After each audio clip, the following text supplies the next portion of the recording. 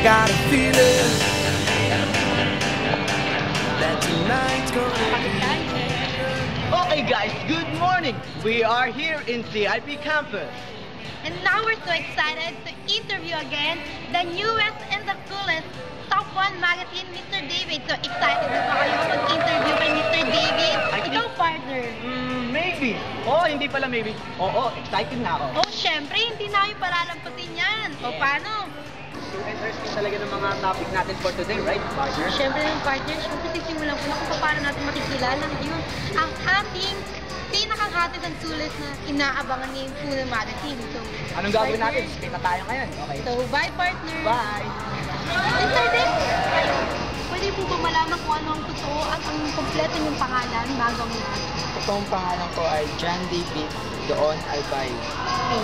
So, interview lang po namin ayon sa mga gustong makasaksi sa inyo at sa inyong napakagandang katawan, the hottest man, di ba? So, pwede ko bang malaman kung paano kayo na-discover maging isang hottest magazine ngayon?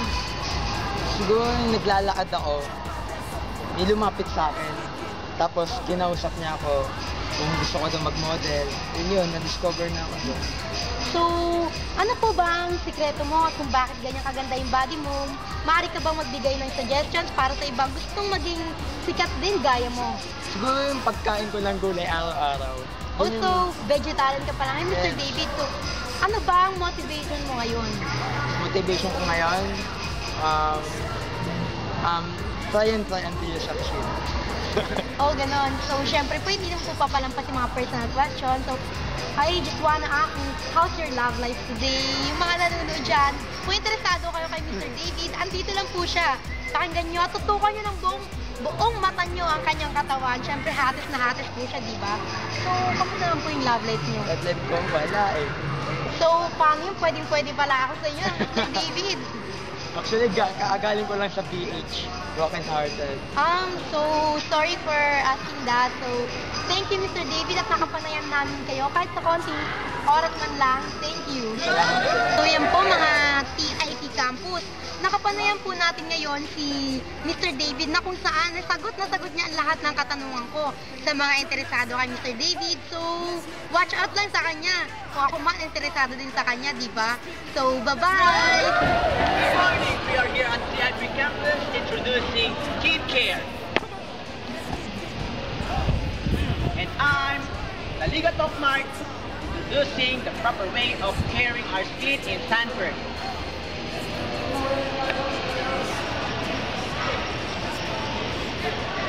Okay, one of the most important in our body is the skin. Ngayon, hayaan nyo introduce ko sa inyo kung paano gamitin ang bio. Di ba sabi nila, medyo pangit daw yung maitim, pero I think hindi naman. So, kung gusto nyo, sa mga magpuputi, kung ayaw yung mangitim, ito ang solusyon. Easy come, easy. Payong! Bakit payong? Kasi habang naglalakad ka sa araw, hindi ka matatalaban ng init nito. So, ang balat mo ay care na care sa sunburn.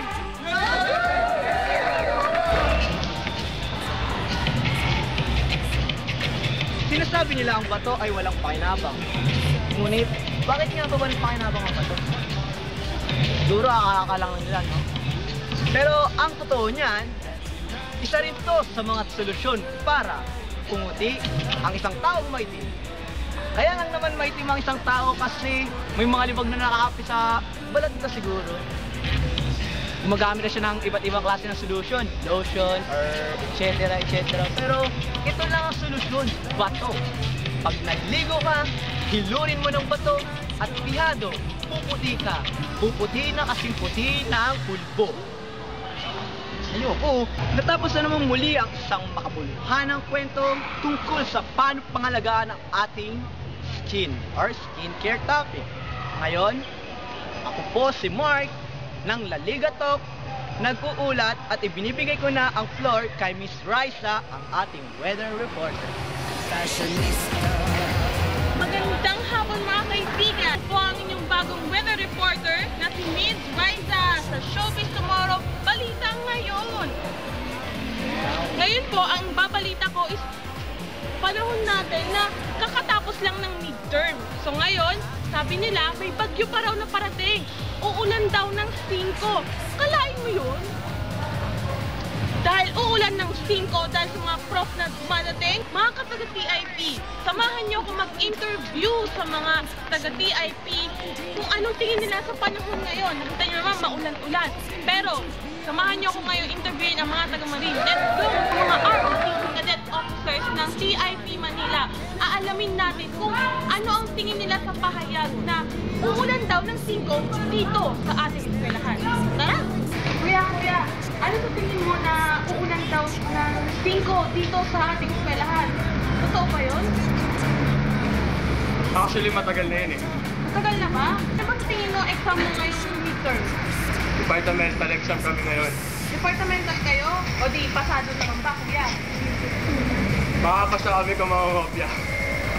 Narinig nyo naman, makakapasad daw sila kung mangungopia. Dito naman tayo sa kapilang, sir. Sir, niniwala pa kayo na uulan ng 5 ngayong midterm dito sa TIP? Depende sa estudyante.